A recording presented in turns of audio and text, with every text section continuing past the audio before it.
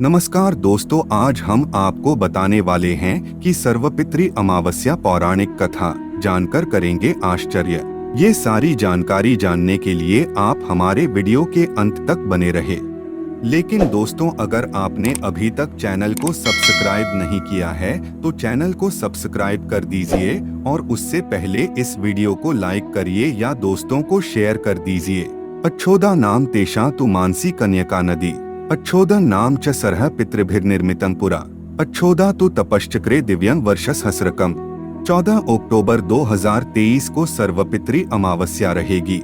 इस दिन सभी ज्ञात और अज्ञात पितरों तथा जिनकी तिथि ज्ञात नहीं है उनका भी श्राद्ध किया जाता है।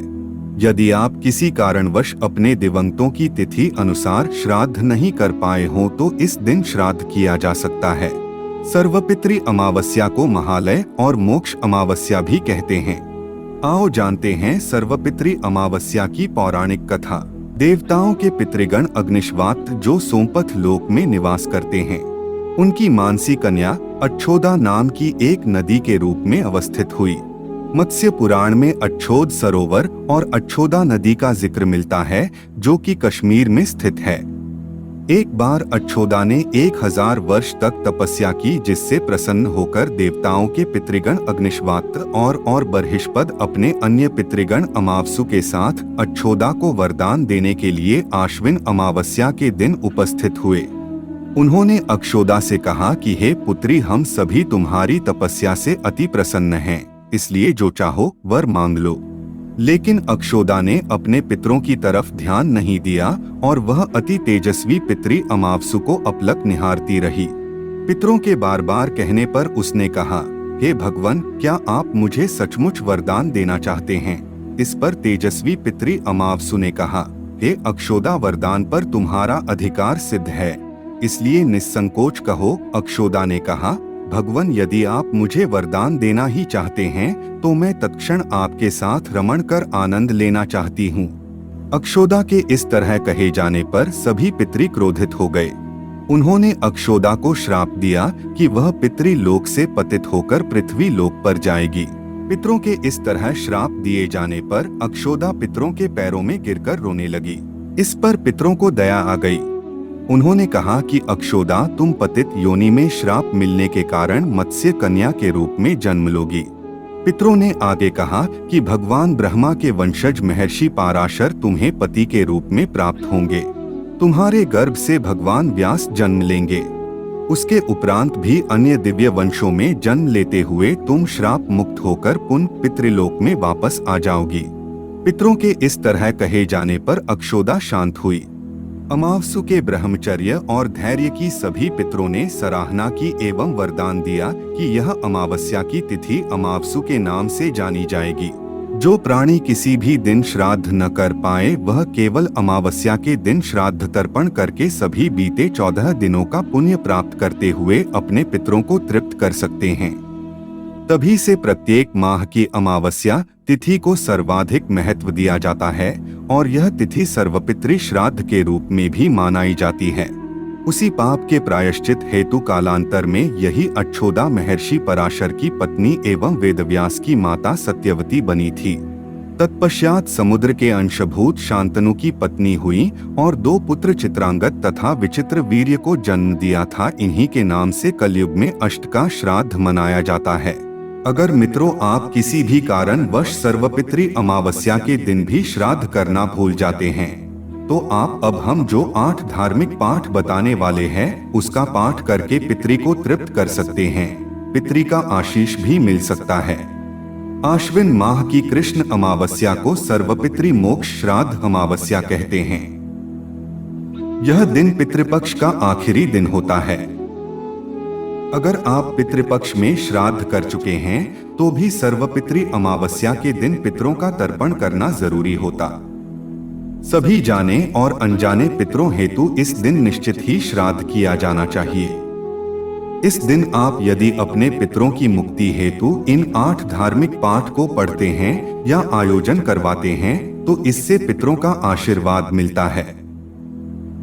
एक गीता पाठ आप चाहे तो संपूर्ण गीता का पाठ करें या सर्वपितृ अमावस्या के दिन पितरों की शांति के लिए और उनका आशीर्वाद प्राप्त करने के लिए गीता के 7वें अध्याय का पाठ करने का विधान भी है।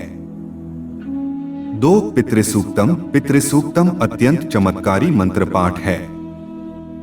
श्राद्ध पक्ष में पितृसूक्त का पाठ संध्या के समय तेल का दीपक जलाकर करने से पितृदोष की शांति होती है, शुभ फल की प्राप्ति होती है और सर्व बाधा दूर होकर उन्नति की प्राप्ति होती है।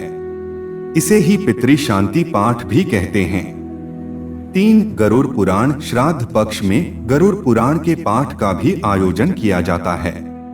सर्वपितृ अमावस्या के दिन उसके श्राद्ध महामात्य से संबंधित पाठ को पढ़ा जाता है। 4 गजेंद्र मोक्ष पाठ, कई लोग इस दौरान गजेंद्र मोक्ष कथा और पाठ को भी पढ़ते हैं।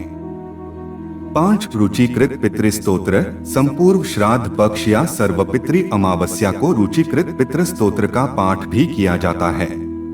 इसे ही पितृस्तोत्र का पाठ भी कहते हैं। अथ पितृस्तोत्र।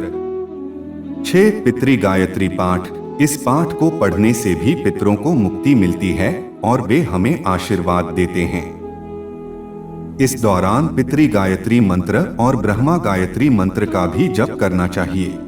7 पितृ कवच का पवित्र पाठ, पितृ कवच पढ़ने से पितरों के आशीर्वाद के साथ ही उनकी सुरक्षा भी मिलती है। अपने पितरों को प्रसन्न करके उनका आशीष पाना है तो श्राद्ध पक्ष के दिनों में अवश्य पढ़े सर्व पितृ दोष निवारण पितृ कवच का यह पावन पाठ। 8 पितृदेव चालीसा और आरती, हे पितरेश्वर आपको दे दियो आशीर्वाद।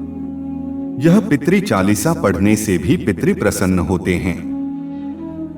मित्रों, हम जो आपको धार्मिक पाठ बताए हैं उसका पाठ करने से आपके पितृ तृप्त हो जाएंगे। अगर आप श्राद्ध करना भूल गए हैं तो आप ये पाठ कर सकते हैं। आइए जानते हैं कि अमावस्या के दिन ऐसे करें श्राद्ध। अमावस्या के दिन प्रातः काल उठकर स्नान करके सफेद रंग के धुले वस्त्र पहनकर पितरों के लिए तर्पण करना चाहिए।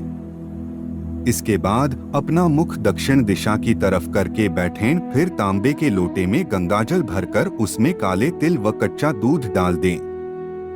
इस जल से तर्पण करते वक्त पितरों के लिए प्रार्थना करें। ब्राह्मणों को भोजन कराएं, तत्पश्चात श्रद्धानुसार दक्षिणा दें और चरण स्पर्श कर आशीर्वाद लें। मान्यता है कि इस दिन दीप दान करने से घर में सुख शांति बनी रहती है और घर में धन धान्य की कमी नहीं होती। इस दिन ब्राह्मण को भोजन कराने से पहले दक्षिण की ओर मुख करके पंचबली गाय, कुत्ते, कौए, देवता आदि और चींटी के लिए भोजन सामग्री पत्ते पर निकाली जाती है। इन जीवों को भोग लगाने से पितरों की आत्मा तृप्त होती है और परिजनों द्वारा पालन किए जा रहे नियमों को देखकर पितर प्रसन्न भी होते हैं। ऐसा करने पितृ दोष दूर होता है और पितरों द्वारा सुख समृद्धि का आशीर्वाद मिलता है। आपको हमारी यह वीडियो पसंद आई हो तो उसे ज्यादा से ज्यादा शेयर करें। तो मित्रों, आज के लिए इतना ही। फिर से मुलाकात होगी एक नए वीडियो के साथ। धन्यवाद।